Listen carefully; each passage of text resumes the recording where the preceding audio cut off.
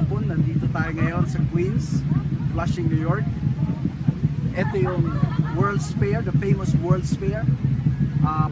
Globe. Sinusuportahan natin ang 924. Partners to Change. United ang mga Pilipino. Solid ho tayo sumusuporta sa mga kampanya against drugs, corruption, and criminality. Sa likod ko ho, yung mga kababayan ho natin.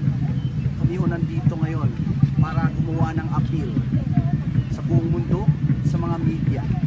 Please, give us a chance for the change that we need, for the change that we want. We know that the campaign is tough. We know that the change is happening. We plead for the international media to help us instead of destabilize our government. Kami ho nandito. We appeal for you. Yun hong mga opposition ho, makiisa na ho kayo sa amin. Tulungan niyo ho kami na maayos ang Pilipinas, ang bayan natin. At tagal na ho ng panahon na naghirap ang sambayan ng Pilipino. Ngayon na ho ang pagkakataon, kaya nananawagan ho kami sa inyo. Nandito ho kami ngayon.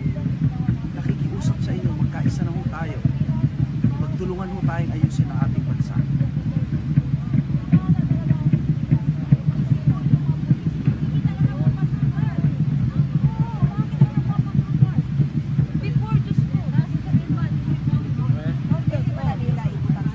Hello ma'am, ano po yung masasabi nyo ngayon?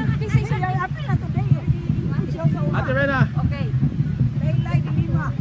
Para sa bayan natin ng Pilipinas, ngayon kailangan nating magkaisa. Sabay tayong magsalita. 1, 2, 3.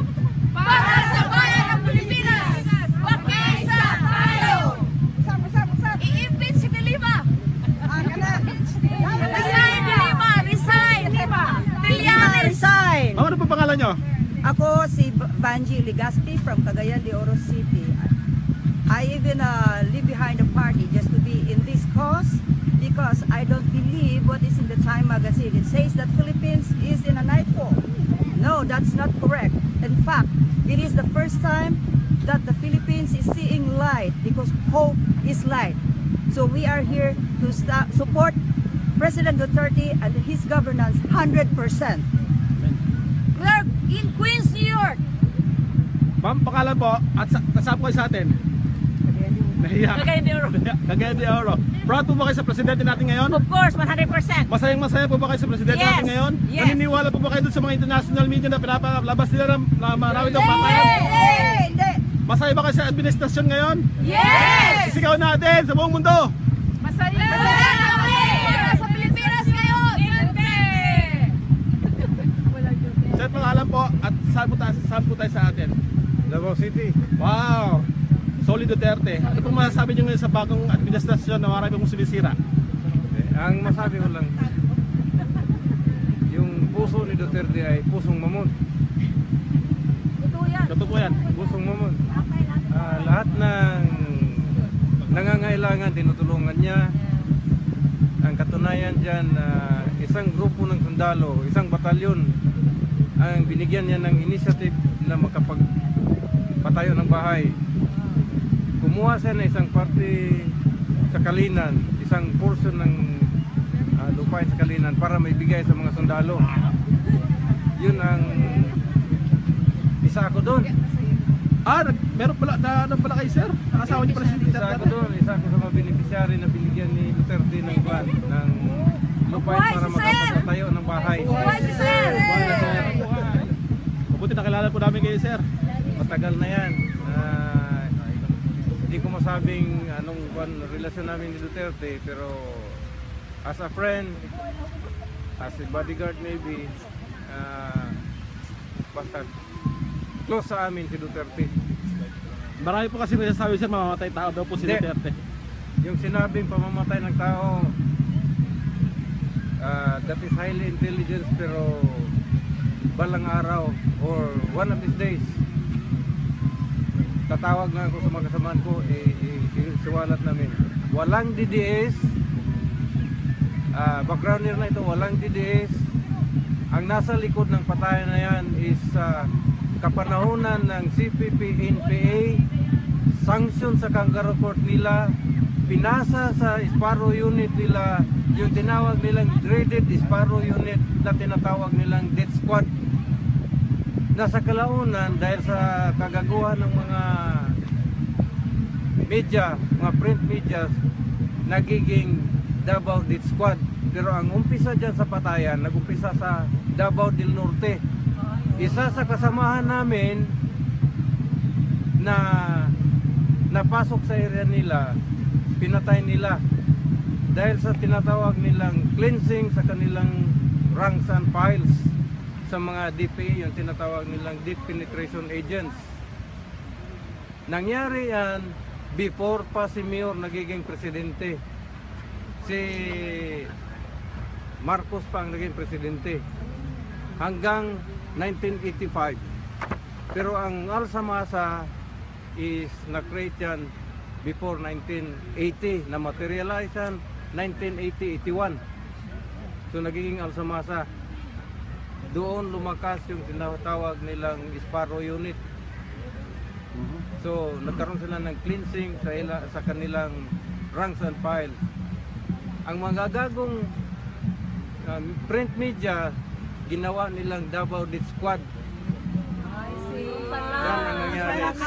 Media lang nagsira sa Media, Pilipinas. sinisira ng media. Maraming alam Totoo ng po media yan, na totoo hindi po yan. alam kung ano ang tunay na Sir, tunay. ano po ba itong si Matubato? Gumagawa ito ng issue eh. Sinisiraan yung presidente natin. Ano po masasabi niyo dyan? Bayaran yan. Bayaran yan. Since na nakasama niyo si Duterte, nakita niyo ba siya sa noon pa doon sa ano? Like, o tambay lang yan? Ang katunayan yan, si Duterte pag lumalabas ang kasama niya, mga bata, yung mga matatanda, yung basta lahat ng nangangailangan ng tulong, na doon si Duterte. Na doon siya. Halos lahat ng pangangailangan doon sa Davao, kaya nandun siya. Wala siyang ginagawang yung sinasabi nilang death squad, wala. Ang bunganga lang niya, magalit yan pagka hindi inasikaso yung mga bata, yung nagkasakit, yung nangangailangan ng tulong. Utang ina sila, yan ang sabi nila. Kailangan niya kagad ang aksyon para, halimbawa, may taga Manila na nangangailangan ng tulong, binigyan na ng pera, pamasahe. Halos lahat ng mga nangangailangan pumunta doon sa bahay nila. Araw-araw, siguro, 1-2 sakong bigas ang sinasaing. Nandun yung nangangailangan sa bahay nila, doon kumakain yung mga tao. Wala yan, hindi yan lumabas sa media. Kung gaano kalambot ang puso ni Duterte. Sana lang po, mensahe po para po sa mga kababayan natin tungkol po dito sa mga lumalabas sa international media na pilit po nalang pinakabagsak ang ating Pangulo. Ano pong masasabi niyo para sa mga kababayan natin para hindi po sila maniwala? Ako sa Davao, walang maniwala sa kanila. Kasi kami sa taga Davao City, alam namin kung ano ang ginawa ni Duterte. Malambot ang puso ni Duterte, napakabait na tao. Yun lang, yung sabi nilang colorful ang mouth ni Mayor Duterte. Siyempre ang isang ama magalit sa isang anak. Sir, ano po bang dahilan talaga bakit nila pinabagsak si Duterte? Sa tingin po ninyo? Pati ang international media nakikisali na rin. Drugs ang isa sa mga kwan dyan. Corruption. Bali, 3 lang ang kwan dyan, in-address natin. Drugs, corruption, criminalities. Ayaw niya yan. Kaya tinitira nila kasi mawalan na sila ng komisyon sa mga trabaho na yan. Maraming salamat po, sir. Mabuhay si Duterte! Mabuhay si Duterte! Mabuhay! Kapag naman. Mabuhay! Sino gusto magsalita pa? Sino gusto? Ayun!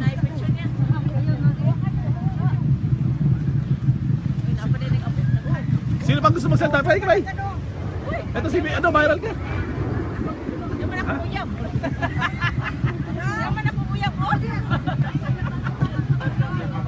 The best senator right now!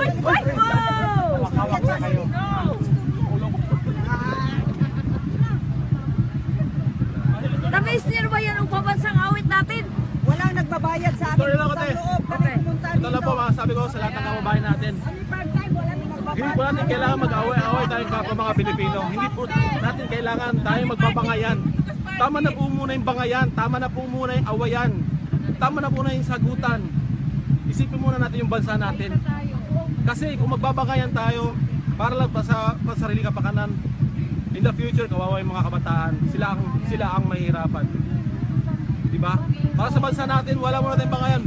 Magkaisa tayo, unity lang po ang kailangan natin. Yun lang po ang hinihiling na Pangulo natin. Kung magkakaisa po tayo, wala pong mangyayari patayan, wala pong mangyayari lahat. Maganda po ang takbo ng bansa natin. Katulad na ibang bansa, katulad ng Singapore. Sino ba magsasalita? Hawak kami sa salita. Oh, sorry. Weblo, ikaw! Hindi kami binabayaran dito para pumunta. Ito ay kusang loob namin pumunta dito. Iniwan namin ang aming mga trabaho para sa suporta namin kay Presidente. Mabuhay! Buhay! Gusto nyo, kantahan natin yung pambansang awit? Ano? Sige, kantahan natin. Sige. Ang bayang ng Pilipinas? Bayang magiliw, bayang magilan, alam ng puso, sa diliboy buhay, lupang hinirang, tuyang ka ng magiting, sa manlulupi, di ka pasisilip, sa dagat at bundok, sa simoy at sa langit kung bukaw, may nilagang pula at awit sa paglayang minamahal, ang kislap ng watawat mo'y tagumpay na nagdidinig, ang bituin at araw niyang kailan pa may magdidilim, lupa ng araw ng walang pagsinta, buhay langit sa piling mo. Aming ligaya ng pag may mga api, ang mamatay ng dahil sa'yo.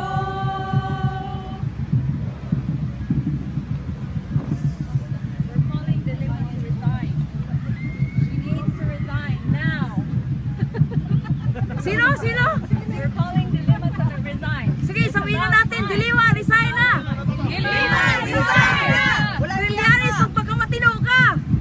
Trillanes, magpakatino ka! Ipagsak natin ang mga taong hindi tama sa Senado. Ipagsak natin ang mga taong hindi bagay sa Senado. Mabuhay ang Pilipinas! Mabuhay ang bansa Pilipinas! Mabuhay! Mabuhay! Saan tayo ngayon? Sa New York! New York! Love you Philippines from New York City! Ganun kaya tayo. Sige! Sige!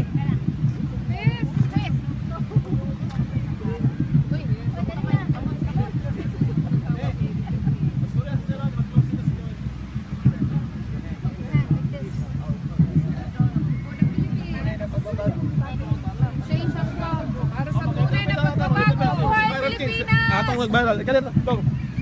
Mabuhay ang Pilipinas! Magkaisa na tayo! Yeah! Mabuhay! Mabuhay! Iya. Pero ano po pangalan niyo? Ako po si Godfrey Casas, taga Valencia, Bukidnon, Valencia City, Bukidnon.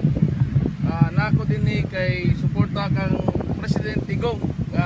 Dili tinuod nga ang mga Pilipino sa Amerika na wala nang pagsalig kang President Duterte. Mabuhay si Duterte! Mabuhay! Mabuhay ang bansa Pilipinas! Mabuhay ang Pilipinas! Don, may masasabi ka ba? Ako lang masulti, padayon na to ang atong pagtabang kang President Duterte. Siya lang ang tao nga makasulbad makausap mga tinudanay sa Pilipinas.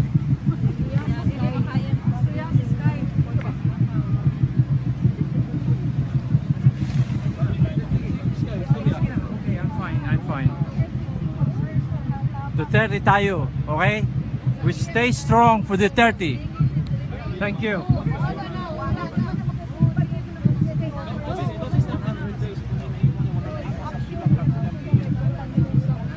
So nakita nyo, eto ho yung mga kababayan natin nakikiusap po sa inyo. Sa international media ho, nakikiusap po kami lahat sa inyo. Huwag nyo hong ilagay sa kapahamakan ang ating bansa, ang ating bayan, ang ating presidente. Nandito ho kami ngayon dahil sawa na ho kami sa paghihirap ng Pilipinas. Ngayon na meron ng tunay na pagbabago nangyayari, bakit ho natin pinipigilan?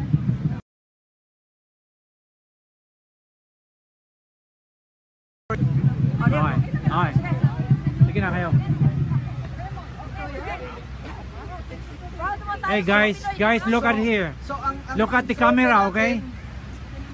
International media, please stop destabilizing our country. I am Pinoy, proud ako. Okay. Local and international, okay. Okay. Alright, so, International media staff. No, it's running. It's running. It's running. Local. Ito na ato'y placard. It's running. Hindi kami mag-placard. Okay. Hi. International sa to? Local. Local and international. Stop. okay. Local and international media. Stop destabilizing the Philippines. Nandito ho kami lahat, proud Pinoy, kaya dinideclare ho namin, I am Pinoy! Proud ako! Pare, lakad ka doon while you're talking. okay, One more. Okay, while you yelling, yun, maglakad ka. Okay? Para makuha lahat. okay, Okay. ulitin ho, kami ho mga Pilipino, we are proud Pinoy and we declare, I am Pinoy! Proud ako! One more. That's it. Wrap it. Okay.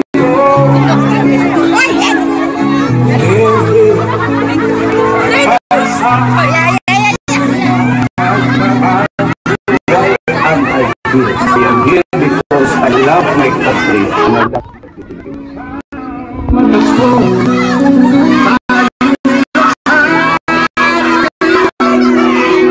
Kuya, ano po pangalan nyo?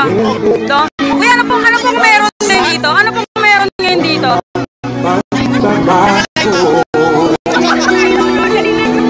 Kuya, ano po mga pinaglalaban nyo ngayon dito? Nalalaban namin yung fight for drugs and for criminality. Supportahan natin si Duterte at Bato. Yan. Support na rin. May support one. Ano po masasabi niyo ngayon? Ano po masasabi ngayon sa pamahalaan Duterte administration? Super ganda ang pamamalakad ng Duterte ngayon. May pagbabago talaga. Tunay na pagbabago. Ito na, nakikita na natin ang tunay na pagbabago sa pamamalakad ng Duterte administration.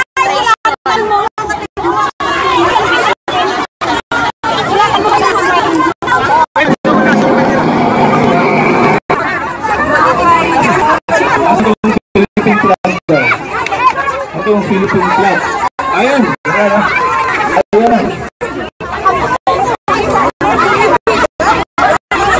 Okay, assembly. Okay, to start our short program this afternoon.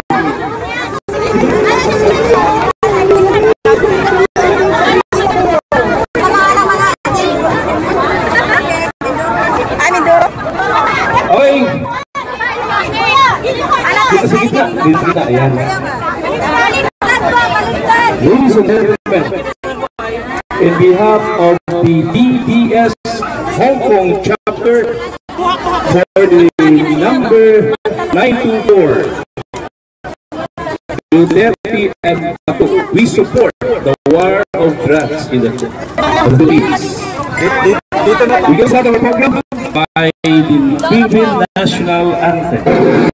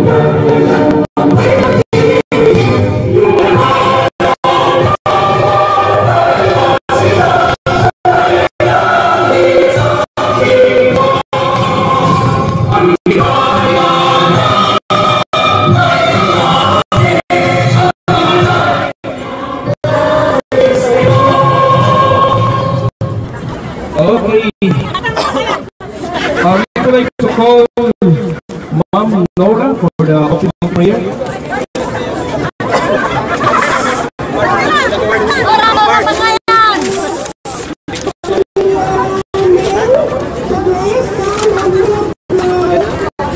Our God Almighty, we thank you for that once again you gathered the DDS in this place to have short program.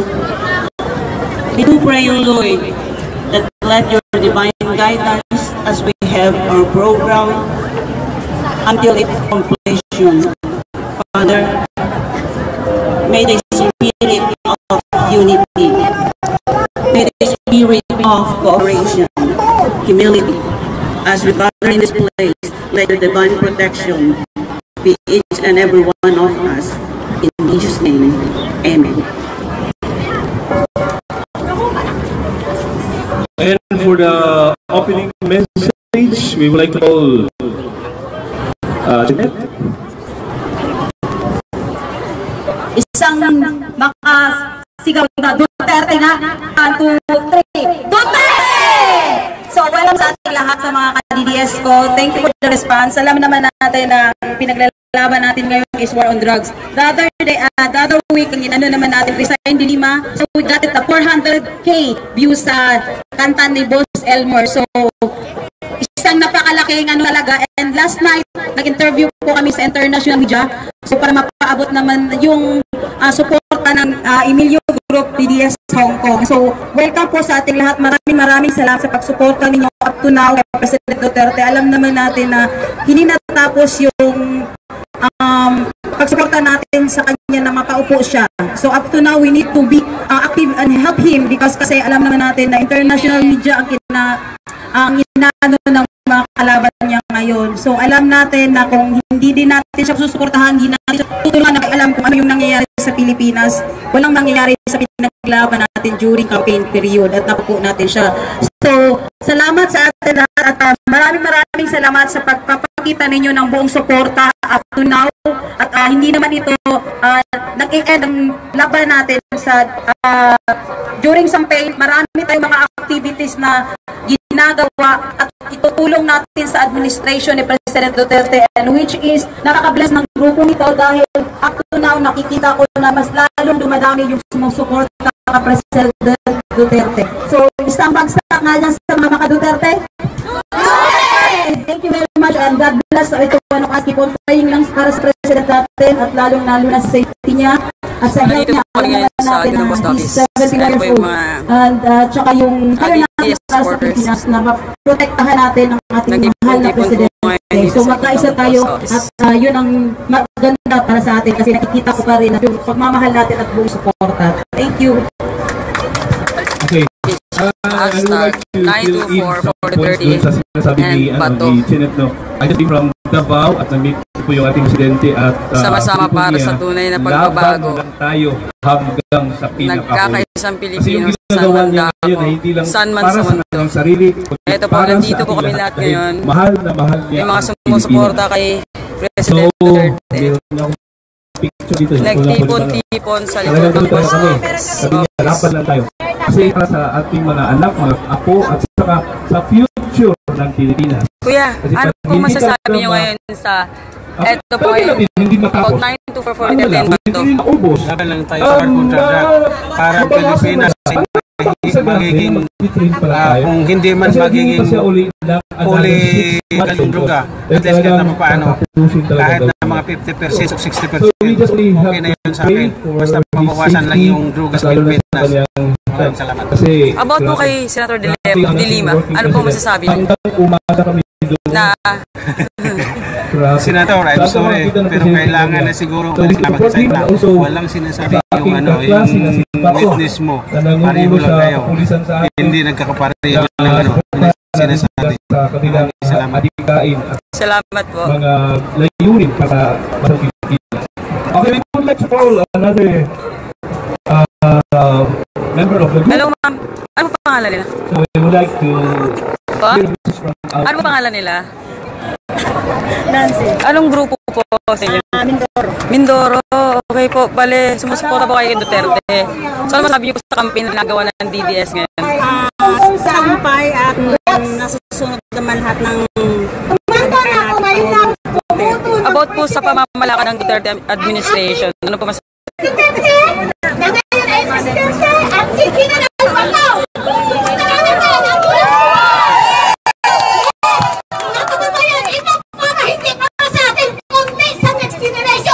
ka.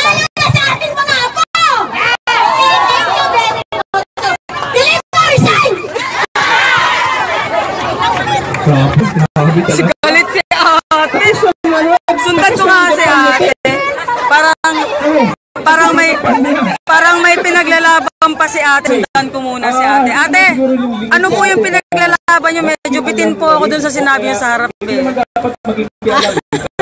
Ano po pangalan nila? Ano po pangalan niyo po? Ako kasi Altia Ore, pinaglalaban ko po ang mawala ang duga sa Pilipinas dahil tumanda na ako. Ito lang ngayon nagpupursigi ako dahil ang aking mga apo ay General Bato. Salamat po. About kay Dilima po, may narinig po kayo na may sinisigaw po. Dilima resign! Yan lang po, dahil nakakahiya ka dahil ikaw nagtatrabaho sa public servant pero anong ginagawa mo? Kahihiyan ang dinudulot mo sa Pilipinas! Ang puso. Ma'am, ano pong pangalan niyo, ma'am? Ma'am, ano pong pangalan niyo? Doreen. Doreen Machan. Okay po. Ma'am, ano pong pinaglalaban nila dito? Nandito kayo. Bale, saan po to? Yes. I'm here because I want to support First Duterte and for change, total change. That's it? That's all. Thank you. I want to talk about the bus. Hello, nanay. Nanay, taga saan po kayo? Taga, Ilonggo. Ay, Negros. Oriental. Ano po masabi nyo ngayon dito po sa pinaglalaban ng DDS dito sa Hong Kong? Kailangan talaga lumaban tayo. About po sa pamamalakad ng Duterte administration po. Ano po masasabi nyo? Magandang pamamalakad niya. Kaya supportahan natin lahat. About po kay Senator De Lima po. She's finished. She's finished. Hindi niyo po ba siya binoto? Okay, sige po. Thank you. Oh, sino yan nakasalamin na yan? Sino ba yan? Si Doraemon? Bakit pa nila? Kaya ako pa kayo nakikita ng paikot-ikot. Kayo po, ma'am, ano po pangalan nila? May. Oh, opo. Taga saan po? Okay, Bacolod. Ate, ba't nandito po kayo? Dito ako para mag-support kay Duterte. Since pa na si Duterte is talagang support talaga ako. Okay, thank you po. Isa-isa kayo ha? Isa-isa. About si Marcelo, ang nakikita ko doon, at ko sa TV, Ma'am, excuse po ma'am, may tulong po ako. Ano po pangalan nila? I'm just with the boy from Davao City.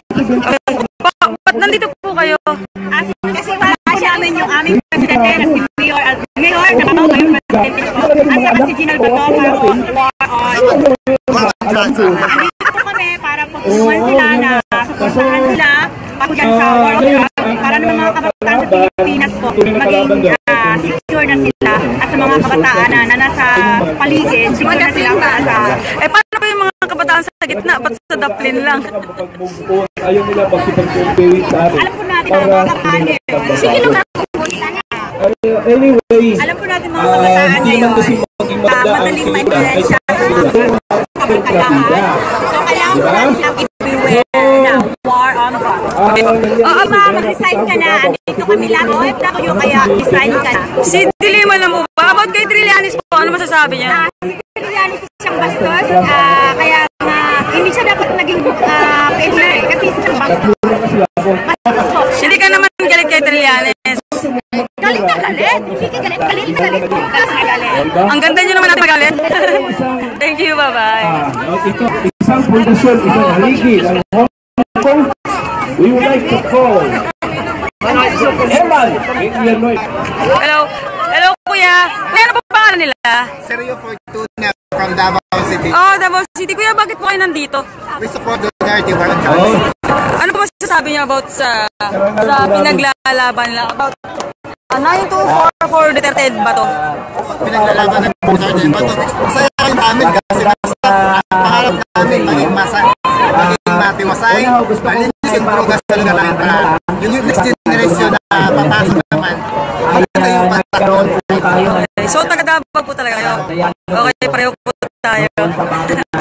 Thank you po.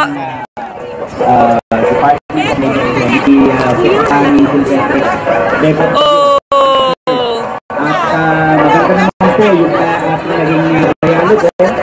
Talagang gusto nilang magbisayan sa Dilima. Talagang galit na galit yung mga DDS kay Dilima. Kailangan lang tuloy-tuloy tayo na nangangatok pa. Kuya, ano po pangalan nila? Bibo, taga-saan po kayo? Oh, ito ba ito? Ay, okay. O, ba po kayo nandito? Dahil para sa aking presidente nila pinamura pa lang. Okay.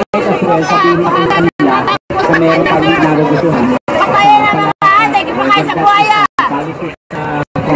Okay. Salamat po. Salamat. Hello. Hi. What is your name, sir? My name is John Gus. You're from where?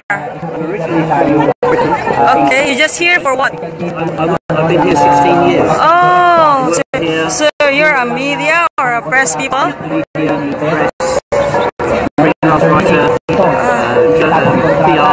So what can you say about this program? Oh, very easy to explain. We support Duterte. So you know President Duterte? What can you say about our president? What I said up there, every country should want him. You like him? One day to be able to meet him. That was the commission. Si Secretary naman, sabi niya, you like Filipino too? My girlfriend might move on as well. Oh, your girlfriend is a Filipino. Oh, I see. Okay, that's good. Yes, I love the Philippines. Yeah? Cebu is my favourite place. Oh, I see. I love Cebu very much. I will live there for sure. That's why I'm a writer, because I can do my writing anywhere in the world. Okay, thank you so much, sir.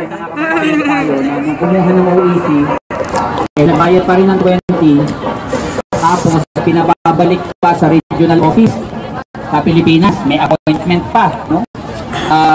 Ayan, alam ni editor kasi meron din siyang tinanong sa akin na ganitong case, mas nakatanggap din ako directly ng mga reklamo. So niraise natin yung pilar nila kung nagkaroon ng system glitch dito, nagka-problema dito kasi hindi pa naaayos yung kanilang system dito para mag-adapt doon sa bagong na sistema na hindi na yung pagka-register mo ituturo ka sa payment counter.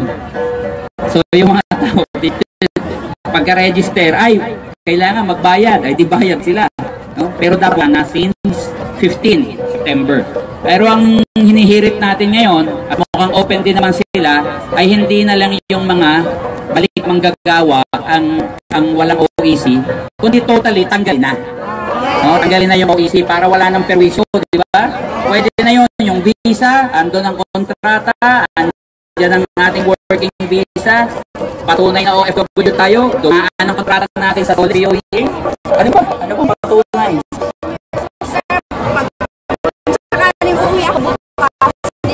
Ate, hello. Ano kumita? Kumating katanungan. Ano po? Medyo late ako eh. Encourage na namin kayo. So, ano yung nangyari po kanina dun sa... Sa... Kasi ka ngayon, yun na yun. Ay, yung maganda naman po yung feedbacks yung sa meeting natin dialogue with Secretary Bebot Bello. Tutusin po yung mga yung nilaraise natin ng mga tanong maglalabas sila na tanggalin nila. So we need to talk about that. Ang approach naman or response maganda. Maraming napag-raise up na mga tanong lalo na service nila sa Philippine Consulate. So nagkaroon naman ng piloting yung Sinabat. Sabi nga niya yung previous na mga bad na nangyayari immigration na bagong ay ikaw ay balik administration, mo magiging maganda So, na yung hindi mo na kailangan sitwasyon sa consulate. Kung may inimang problem sa Kailangan kuha o bukas na something, uwi mo. hindi tayo mahiya na lumapit sa kanila kasi welcome sila sa mga problema na pre-raise up natin. Unlike before, parang closed door sila at maraming mga problema na So ngayon naman, administration ni President Duterte, lahat ng mga problema, welcome na welcome. At about din sa OWA na mayroon pala tayong malaki-laking funds. So may ano pala tayo feedback, may na every year sa OWA. So babayarin ka doon, kaya lang babayarin ka lang. So maganda talaga ang ano kanina. So nakaka-bless dahil ang mga question natin, napakahit natin sa kanila. Huwag kayo mahiya, lalo ng mga ano naman tumutulong sila may mga problema sa agency. Totoo lang ngayon, ang ano natin sa placement fee, ano na lang talaga 10%. So, ilan na po yun, no? Ang ginagawa naman natin, susunod ngayon ay mapapunta dito yung secretary ng Department of Foreign Affairs. Kasi di ba meron tayong tinutulak na gawing 10 years yung passport. At di ba, at gawing kapresyo lang sa Pilipinas. Ibaba yung presyo at pahabain yung validity. Kasi naman, di ba, 2 years ang contract natin, 5 years si passport. Minsan naman, isang beses lang sa loob ng isang kontrata tayo. Eh, di dadalawang labas pa, expire na yung passport. Diba? So, dapat ding mag-adapt yun sa kagaya natin mga OFW na hindi naman tayo, ito si, uwi na uwi. O di maraming tatak. Okay, sulit yung binayad sa passport, eh tayo. Tama. Kailangan natin na medyo habaan yung ano. Yung, hello, ya. So, ini-invite pa natin. Unsa kayo mga alam? Sumagot pa lang kasi yung ako man na ganun. Isang official nila, pero hindi pa nagko-confirm kung kailan. But once nag-confirm, aabutan naman kayo. Makakarating yan sa inyo. Sila Elmer, sila ini-inform namin basta meron tayong mga ino-organize dito. So tuloy-tuloy lang po yung ating gawain para sa pagsulong ng pagbabago. Alam niyo naman yung pagbabago, hindi yan kusang nangyayari. Kailangan ay partisipasyon natin. Kung wala tayong partisipasyon, ay di nga. Hindi pwedeng parang one tapat tayo, gaganyan, hihintayin yung mahulog yung bunga, yung grasya. E paano kung yung sanga ang mahulog? Disgrasya, di ba? Hindi grasya, disgrasya. So, anong pinakamainam? Pitasin natin. Tayo ang humakbang, tayo ang gumawa, tayo ang kumilos para nang sa ganon, yung pamahalaan natin ngayon na bukas makinig. Kasi yun ang importante. Yung dati kasi, edi nga. Di ba? Oo nga. So, medyo eng-eng ng konti. So, hindi tayo naririnig. Ngayon, bukas. Ang importante lang, kahit naman bukas sila, hindi tayo nagsasalita, wala din. So, kailangan tayong magsalita, mag-participate. So, yun lang po. At nakikiisa kami doon sa inyong ginagawa para suportahan yung mga hakbangin sa atin para sa pagbabago. Alam niyo naman, maraming kaaway ngayon ng presidente natin, yung administrasyon. Siyempre, ganoon talaga. Pag may gusto kang gawing maganda, edi meron ding mga ayaw ng ganda. Diba? Dahil nakikinabang sila ito sa ating kaayusan. So, ayaw nila na mabago yung kaayusan. No? So, ganoon talaga yan. Kaya kailangan aktibo tayo at participate. No? Dahil, siyempre, si President Duterte, 6 years lang yan. Pagka hindi nangyari lahat ng mga yan, pagka may pumalit na gago-gago, eh di nalintikan naman tayo, balik tayo sa dati. So, kailangan niya. Kaya importante, hindi lang yung umatiasa natin lahat sa presidente. Kailangan may partisipasyon ang mamaya. Kasama tayo ng mga OFWs. Doon magmumula yung tunay na pagbabago. So, yun po. Maraming salamat. Magandang hapon ninyo. Thank you, Sir Eman. Si Sir Eman pala ay isang pundasyon sa Hong Kong. Marami na yung mga ano. Kaya mga naglalaban yan para sa karapatan, para sa kaayusan natin mga OFW. Mabuhay pa kayo, sir. Okay. By this time, ladies and gentlemen, we like call Ma'am Asol. Salamat. Ate, ikaw taga-asa ka? Ay, taga-sang, ang bukid doon, di ay. Okay. Ate, ikaw naman sabi mo habang kami naglala. Ano? Mamaya na lang po.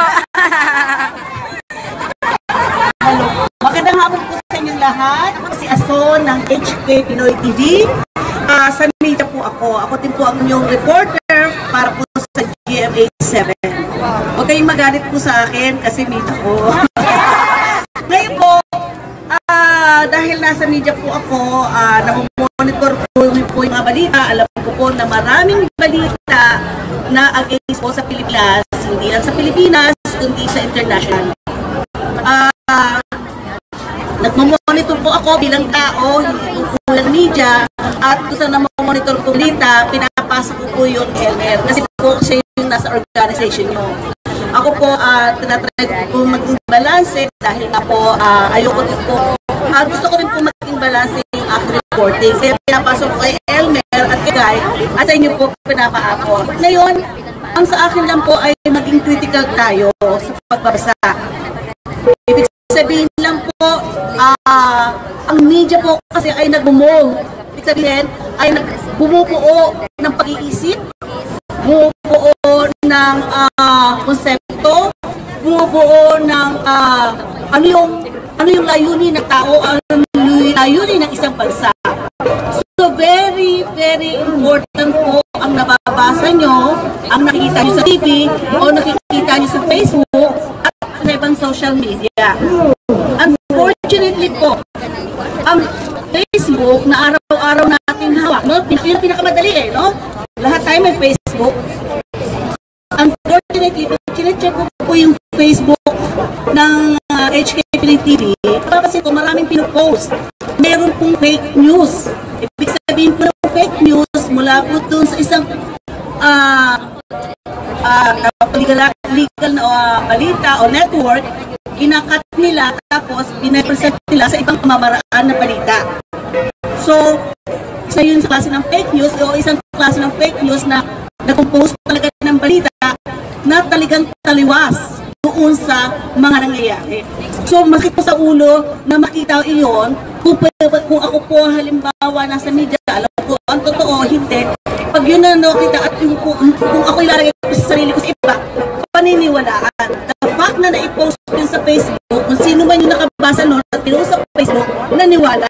Ngayon, ang bilis po ng social network, di ba?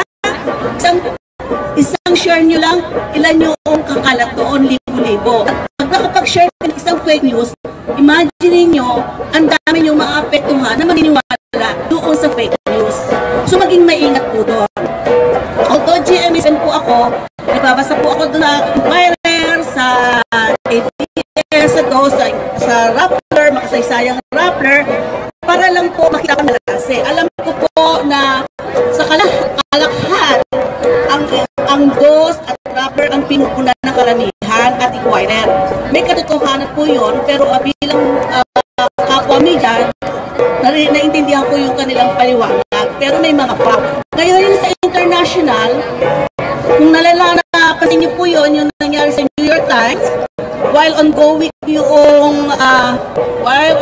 yung hearing sa Senate kay Matubato, the following day, immediately, may nilabas ang New York Times, bagong maligo si Matubato, ang gwapo, diba? Tapos bagong gupit, during the hearing, mahaba ang buhok, mukhang in distress, yung gano'n. So, kasi po yun ang tao. Kasi po ang tao tayo, observant tayo diba? Bakit?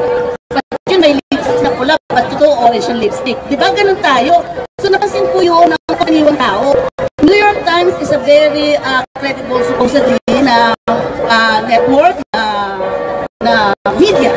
Pero nung nakita ko yung difference kasi nasa TV yung hearing at kita yung New York Times ng balita, na video, ang laki ng diferensya. Kahit grade 1, mapapansin ko. So yung mga pangyayari na along the way na mayroong pong mga nangyayari problema sa media. So yung po yun sana, maging tayo as individual, as naniniwala tayo sa ating bagong administrasyon, maging mapanuri, maging kritikal, maging vigilant. Ibig sabihin, pag ito, yun yung magkaroon ng tamang pag-iisip, no? So yun po, ang kahalagahan ng media. Nasa atin po, individual, grupo, organization, kung paano po natin tatanggapin ang kahalagahan ng balita. Ulitin ko, ang media po ay nagbubong ng isang kaisipan ng tao, ng grupo, ng bansa. Kung ang binibigay mo sa atin na balita ay hindi nakatulong 20, pero ang magiging kapangyayari sa atin ay isang tao, isang grupo, isang bansa na may maling pagtingin sa kabuuan ng humanidad. Okay? So, iwas po natin. Nagpapasalamat ako na meron kayong grupo dito na nagiging critical kayo, meron kayong one time sa isang araw na nag-i-istas kayo. Mahalaga po yun para pag-aralan nyo ano nga ba dito ang tama, alin nga ba dito yung mali, alin nga ba dito yung tulad po ng last Sunday na nakutan ko dito, inaaway nyo lahat si Delima. Yung gano'n. So, kung wala mo doon, kasi po, pag naging critical ka ho, medyo magtitikit na pa kayo, pag-iisipan nyo, ano nga ba yung nagaganap. Okay? So, pag-isipan po natin lahat po ng mga nagaganap. Pati yung pagmumura ni Duterte, di ba? Hindi yun mura na mura. May analysis, may psychological effect, mayroong ganitong pagkano, may economic, may lahat.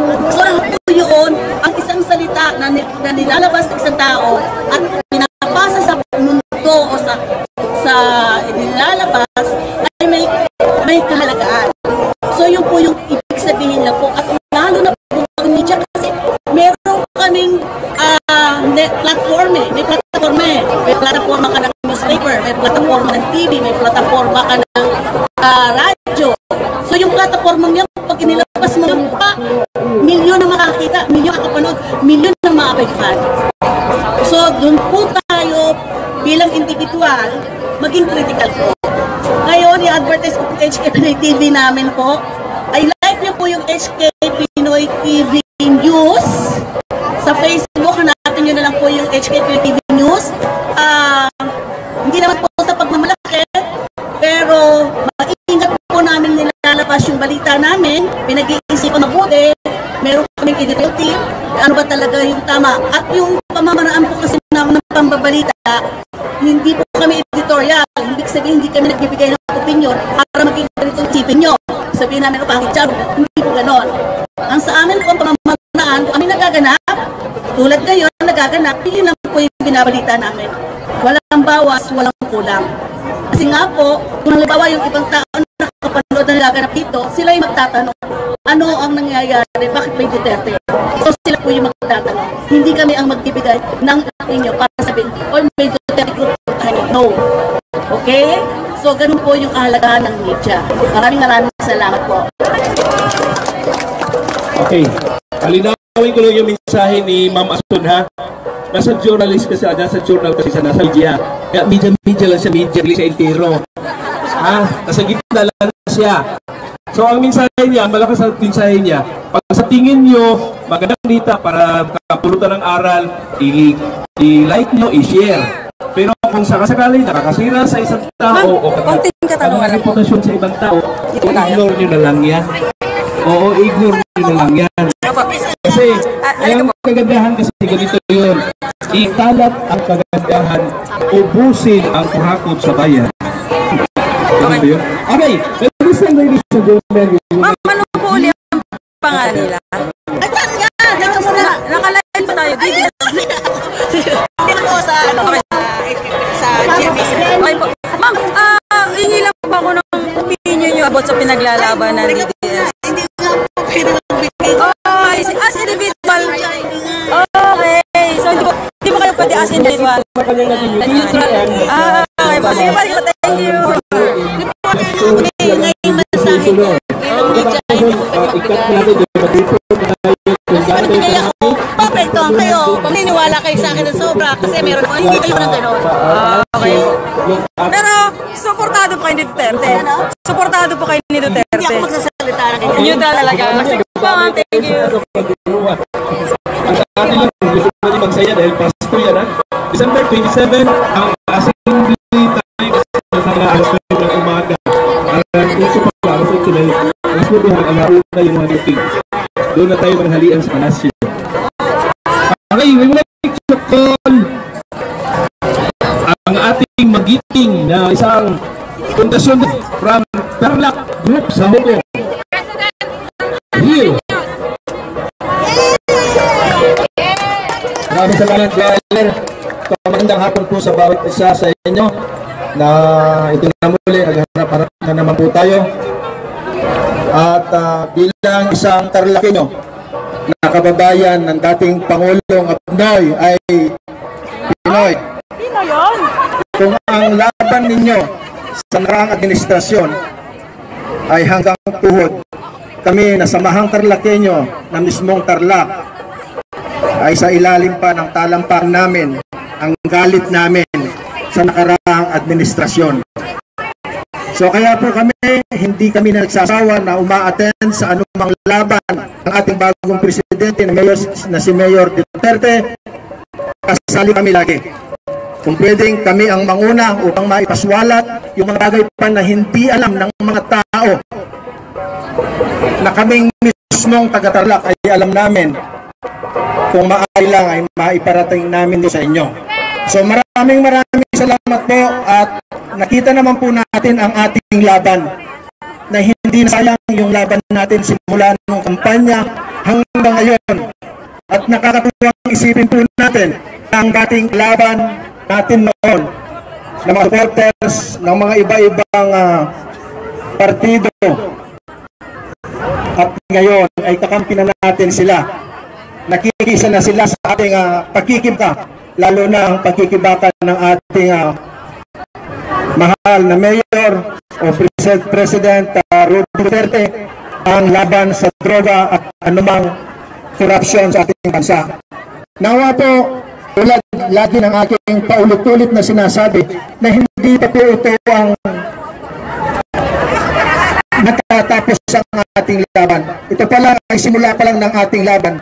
Hanggat nakikita po natin ang presidente ay nakaupo at pinaglalaban ang ating bayan, ang ating bansang Pilipinas, lalo na tayo. As lalo tayong magiging matapang, lalo tayong susuporta sa kanya, at lalo pa nating hikayatin ang ating mga kaibigan na hindi pa buo ang kanilang kaisipan upang sa ganoon ay makapagbigay ng suporta sa ating bayan, sa ating presidente, tungkol mga ipinagbabawal na droga sa ating bansa at anumang korupsyon sa pamahalaan ng ating gobyerno.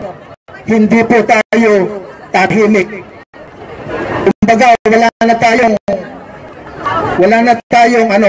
tayong kulang pa pagdating sa kabutihan na ginagawa ng ating presidente. Lagi tayong kasama, di ba?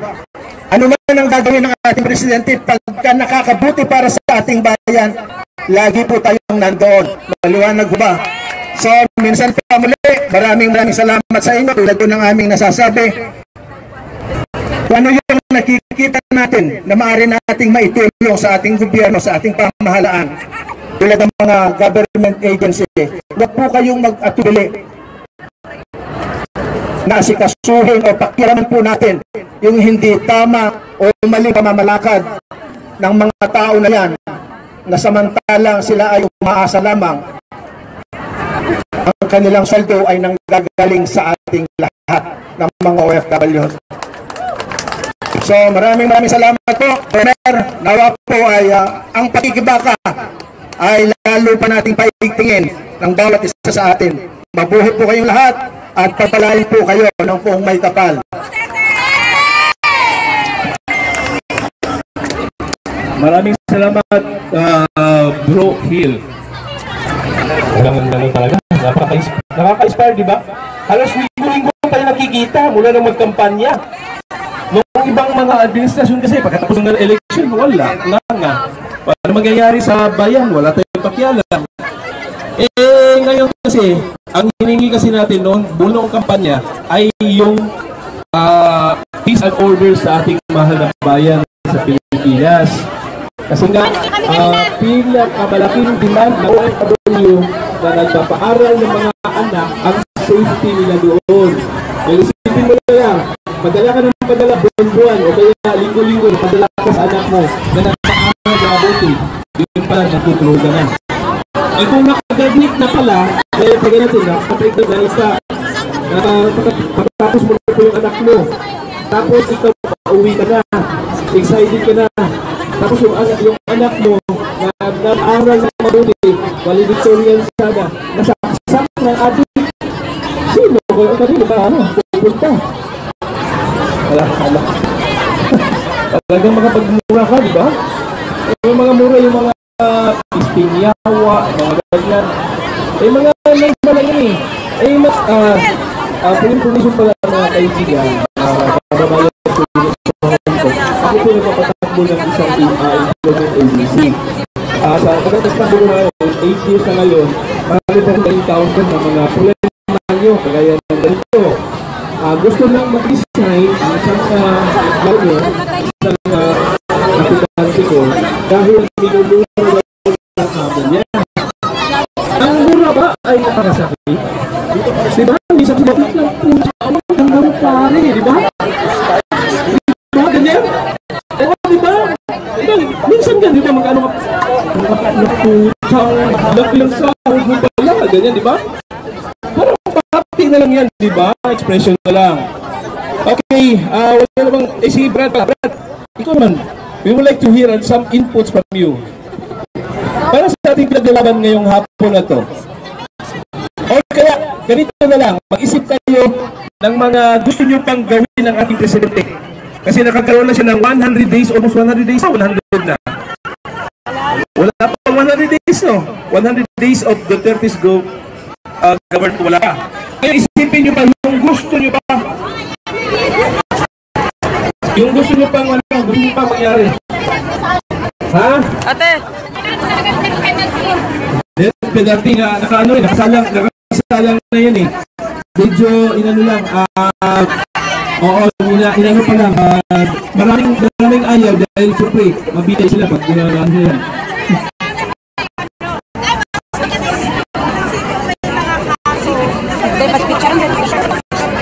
Okay. Wala nga.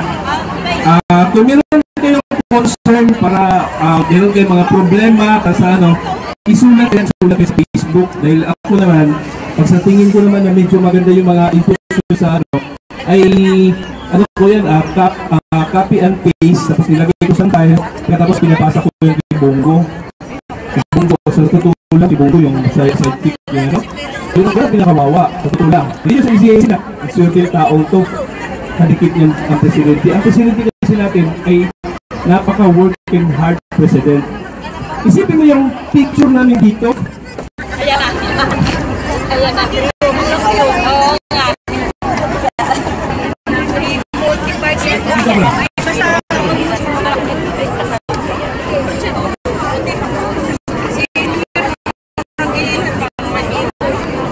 Hanggang may present sa akin dito, laban hanggang sa huli. Maraming salamat sa lahat ng mga OFW na sumuporta sa kanya. Laban hanggang sa huli dahil yung ginagawa niya ay para sa ating mga anak at sa apo. Ngayon, ang oras ito, kung tingnan nyo dyan. Tingnan mo sa taas, sa taas, sa taas, sa taas. Tingin ko ya. Alas 5 na madaling araw. Alas 5 na madaling araw, ibig sabihin, tulog na lahat ng Pilipino. Pero ang ating presidente ay nagtatrabaho pa. Yung hapon na ito, nakikita ko sa TV, nasa General Santos City siya, di ba? Dahil nag-award siya ng 12 policemen na nakaano sa nag-extend ko yung sa contra-operation nila kontra sa droga. So binibigyan niya na kaagad ng bus or maagang pamasko, 200,000 each award niya. Di ba? Meron ba presidente ganyan? Meron, si Mayor. Di ba? Tapos ngayon, ang iba pang bago pang mga ano ngayon, pag hindi nag-Facebook, hindi pa nakakaalam, ang ating mga airport sa, ano yun? Free wifi na! Wow! Oh, diba? Sabi nga nung kasabay ko magabi, sabi niya, uy, bakit kasi ginagawa ng iba? Diba? Binulsa eh! Tapos, ito pang inano ko, kung meron din kayong concern para kay Bato, isulat nyo yan, isulat nyo. Tapos i-post sa Emilio Group o sa DDS Hong Kong. Dahil pag gano'n kasi, pag sisipa kasi ako, nagka-copy and paste na ako. Tapos i-trade din ko doon mga post. Ito po ay isang concern ng isang OFW ng Hong Kong. Ito pangalan si Esperanza de Lima ay nag-lima ng niya. Oo, ay balik ng bitay para mabitay yung tiyahin niya. Okay. Meron pa tayong, magkano naman tayo. Medyo magkasiyahan na ba? Kasi kung kayo seryoso, eh baka antukin tayo. Kaya sabi mo, nakakasukan ng mukha ni Kuya. Siya na kanina na gano'n. Ano pa yun? Mamaya, nakanta pa yan. Okay, we would like to give you a dance number from Camilo. Carmiho. Hindi. Camilo ba ito? Wala ko po yung girlfriend kong hapon nito. Pinig ko agad. Ang pangit ang pangalan. Bakit hindi ko ito? At tulog kasi oh. We would like to call Carmiho Group. Puro mag-kuneho? Kuneho.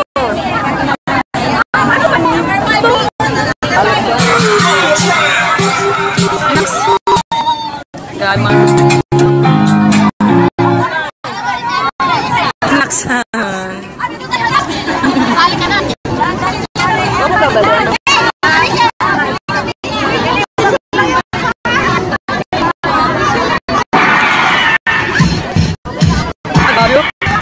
Si ate. Hop! Mali. Ikaw, kumasaya ba? Sigmahapla. Ano tayo? Wala yung sakit. Ayaw, tingin ko. Ayaw.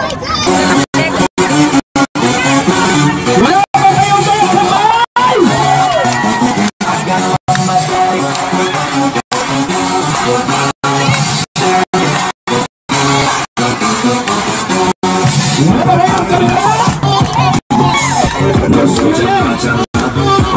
sabay!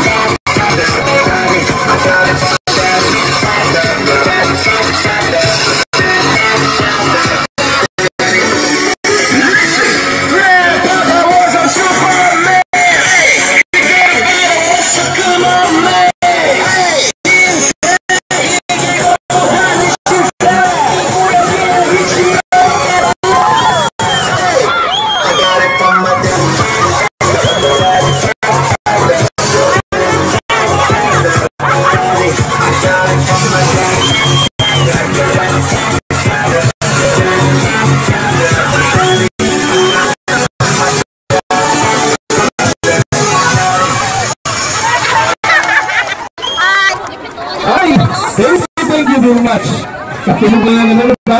Hapon. At tulog na girlfriend ko si Fokiko Mikoto. Ha? PDP? Wala ano yun? You're in. PDP ba? Kalit pabili. Makapunga ka na yung ahak ko. Nagkuan na ko mo. Yung kanta ko na gusto mag-ilan. Nasa naman itong mga white wine ang pagini. Yan ang gihurot.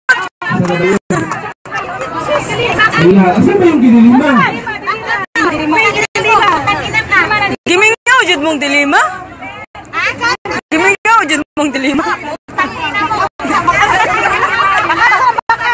Ganda.